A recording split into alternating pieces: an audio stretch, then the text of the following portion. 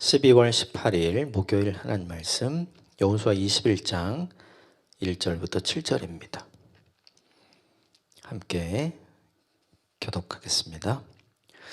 그때 레위 사람의 족장들이 제사장 엘르아살과 눈의 아들 여호수아와 이스라엘의 자손의 지파 족장들에게 나와 가나안 땅 실로에서 그들에게 말하여 이르되 여호와께서 모세에게 명령하사 우리가 거주할 성읍과 우리 가축을 위해 그 목초지들을 우리에게 주라 하셨나이다 하매 이스라엘 자손이 여호와의 명령을 따라 자기의 기업에서 이 성읍들과 그 목초지들을 레위 사람에게 주니라.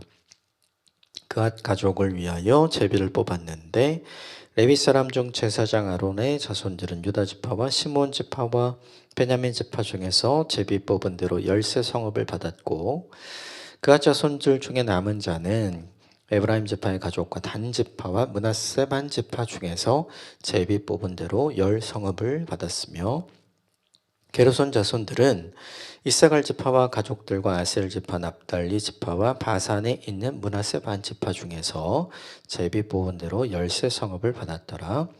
무라리 자손들은 그 가족대로 루벤 지파와 갓 지파와 스불론 지파 중에서 12성읍을 받았더라. 아멘. 이것은 하나님의 말씀입니다. 오늘 본문은 이제 레위인들이 자기들이 살아갈 거주 성읍을 받는 장면이 나오죠. 계속해서 기록이 되어 있지만 땅 분배를 받은 지파들 중에 레위 지파는 빠지게 됐죠. 그럼 이제 11개 지파인데 이제 요셉 지파가 2개죠. 에브라임과 므낫세. 그래서 사실상 장자와 차자의 재산 분배 방식이 2대1, 한 배가 더 많은 거잖아요. 그래서 요셉 가문이 이제 한 배 더 많은. 그래서 그의 아버지 야곱이 그 자녀들을 축복할 때 했었던 창세기 49장의 기도가 이제 그대로 다 땅 분배에서 이루어지는 그런 일들이 있었죠. 중요한 건 레위 사람들은 땅이 없어요. 왜냐하면 레위 사람들은 특별히 하나님이 부르신 사람, 선택한 사람, 세우신 사람이었어요.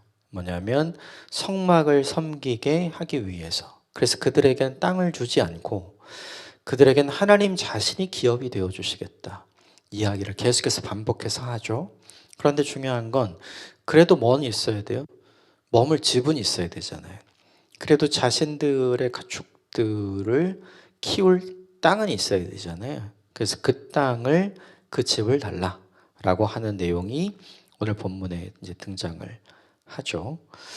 1절부터 7절까지는 그 내용들이 뭔지를 이렇게 쭉 기록을 하고 있고, 중요한 건 이게 여호수아가 지어내서 한 것이 아니라 이미 하나님께서 모세를 통해서 이렇게 하라고 이야기하신 것을 여호수아가 지금 실행하고 있는 거죠.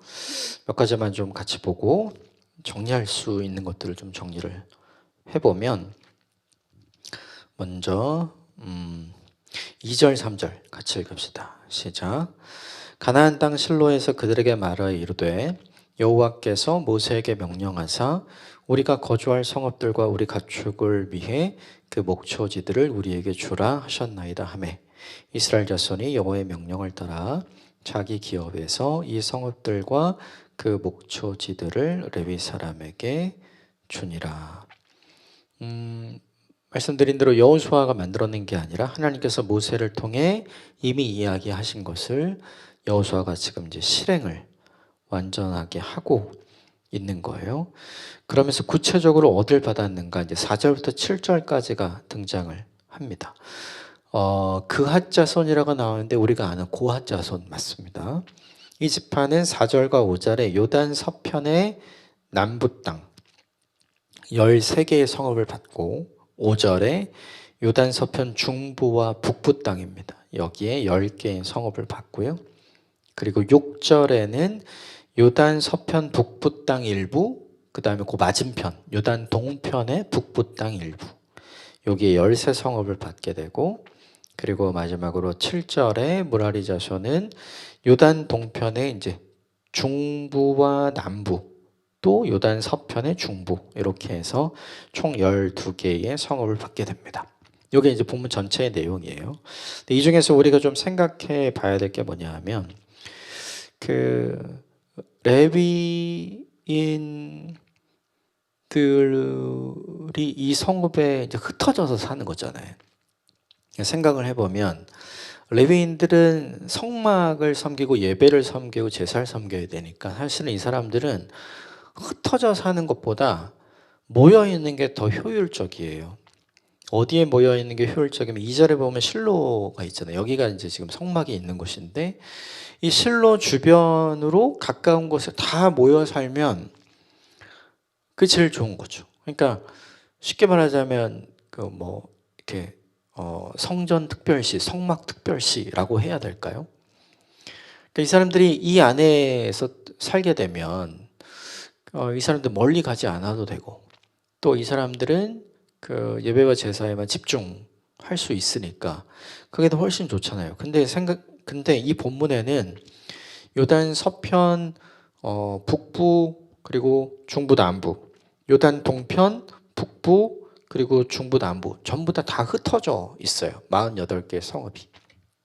그리고 이제 내일 본문에 등장을 하지만 이들이 받은 모든 성읍에는 어제 본문에 우리가 함께 봤던 도피성들이 다 있거든요. 그럼 왜 이렇게 흩어놨을까를 우리는 조금 생각을 해봐야 돼요.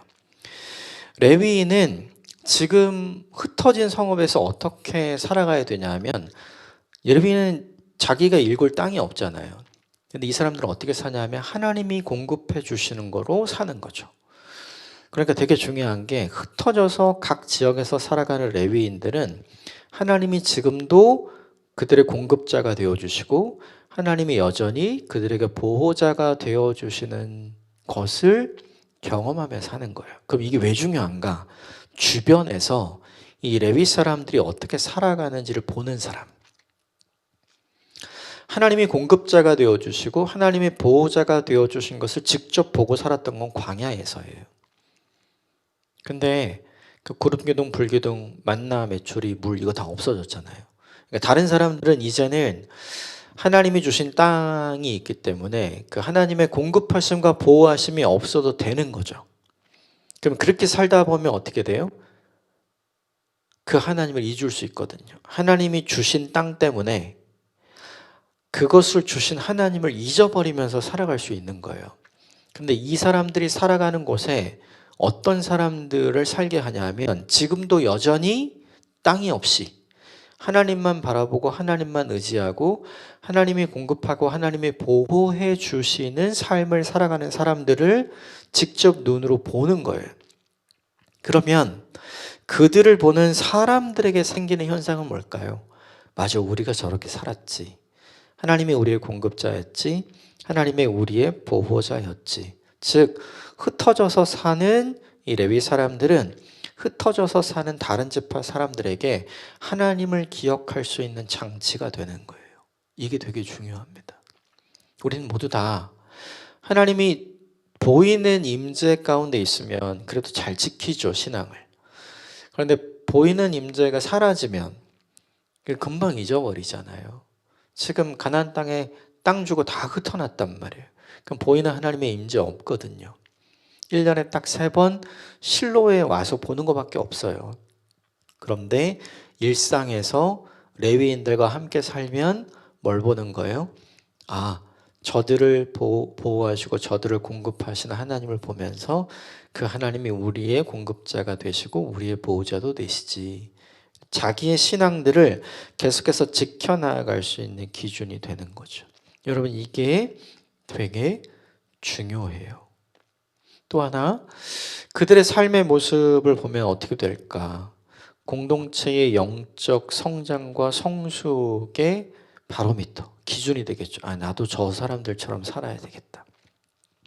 나도 저 사람들처럼 하나님을 인식하고 살아야 하겠다. 하나님을 잊지 않고 살아야 하겠다. 이 생각을 사람들이 계속해서 하게 되는 거죠. 이게 되게 중요해요. 또 하나는 생각해 볼 게 뭐냐면 레위인들은 만약에 그 실로 중심으로 이렇게 주변에 모였으면 어떤 생각을 하냐 하면, 우리는 특별한 사람이라 특별한 곳에 살아. 이런 특권 의식이 생기는 거죠. 근데 지금 다 흩어놨잖아요. 그러니까 각자 지역에서 살다가 자기가 섬겨야 되는 시즌이 오면 실로로 가는 거거든요. 그러면 자기가 살아야 되는 일상을 떠나서 이제 자기가 섬겨야 될 성막 봉사의 일을 하는 거죠. 그럼 어떤 생각이 드냐 하면, 우리는 특별한 사람이 아니야. 우린 특별한 존재가 아니야. 우리도 똑같이 일상을 살면서 우리는 하나님을 섬기는 일로 부르심을 받은 똑같은 사람이야 라는 생각을 하게 돼서 이들이 교만해지지 않게 되는 일이 있는 거죠. 이게 되게 중요한 것 같아요.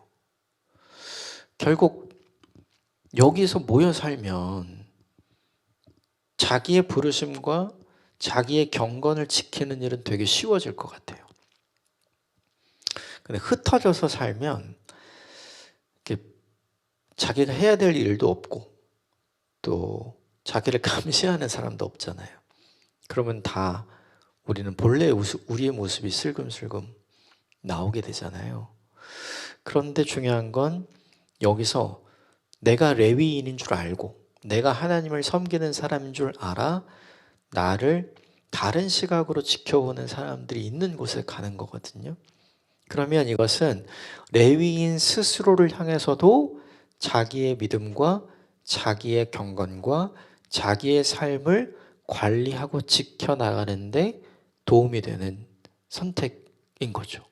그러니까 이 본문에서 레위인들을 한 곳에 모아서 살게 하는 게 예배와 제사를 섬기는데 가장 효율적이고 좋은 것 같지만, 그러면 오히려 그곳에 섬기는 레위인들의 마음 상태가 성장이 아니라 퇴보가 되는 거죠.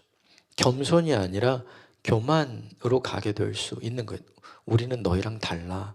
이런 생각을 갖게 될 수 있는 거죠. 마치 예수님 당시 시대에 신약 시대의 성전을 섬겼던 대제사장들이 갖고 있던 특권의식 같은 그런 거예요. 그런데 이 본문을 보면 그런 거를 없게 하기 위해서 다 흩어놓는단 말이죠. 그러니까 이게 참 놀라운 거예요. 하나님께서 왜 이렇게 효율적이지 않게 다 이렇게 흩어놓았을까? 레위인 자신들도 자신의 경건과 자신의 삶을 잘 관리하도록, 그리고 자신의 부르심과 자신의 일이 얼마나 특별한 일인지, 얼마나 감사해야 되는 일인지 깨닫고 알아갈 수 있도록 만드신 거고, 또 그들을 지켜보는 다른 지파 사람들로 하여금은 저 사람들을 보니 지금도 그들을 공급하시고 그들을 보호하시고 또 그들의 삶을 책임져 주시는 하나님을 기억하게 해서 그들을 보는 다른 사람들의 신앙이 흐트러지지 않도록 그들을 잘 세우고 영적인 성장의 길을 가도록 하나님께서 길을 만드시는 거죠. 그러니까 이걸 생각을 해보면, 하나님 참 대단하다. 하나님의 선택은 참으로 놀랍다.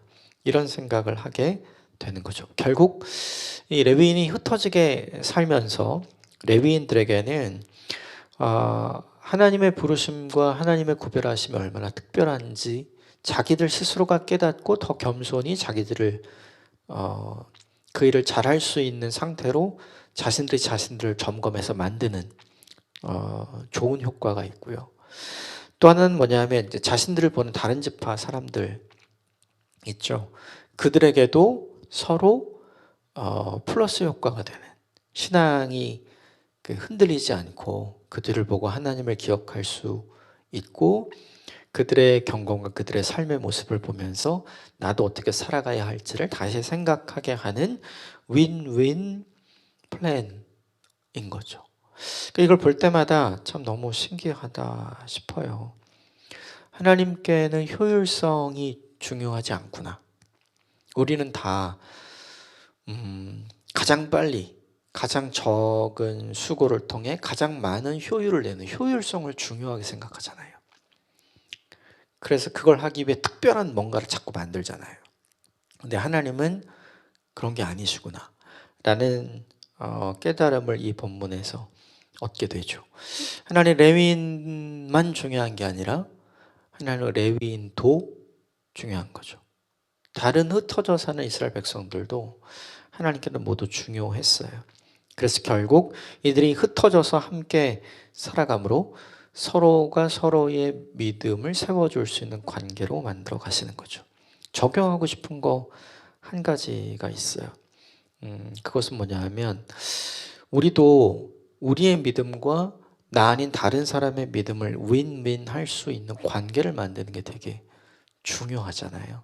근데 효율이라는 이름으로 그렇지 않은 게 되게 많은 것 같아요. 오늘은 이걸 좀 깊이 생각을 해보시면 좋겠다. 하나님께는 효율적으로 무언가를 잘 하는 게 중요하지 않고 공동체 전체가 늦더라도 천천히 견고하게 흔들림 없이 가는 게 훨씬 더 중요하구나. 이걸 한번 생각하고 다짐하는 시간이 되면 좋겠다 싶습니다. 함께 기도하겠습니다.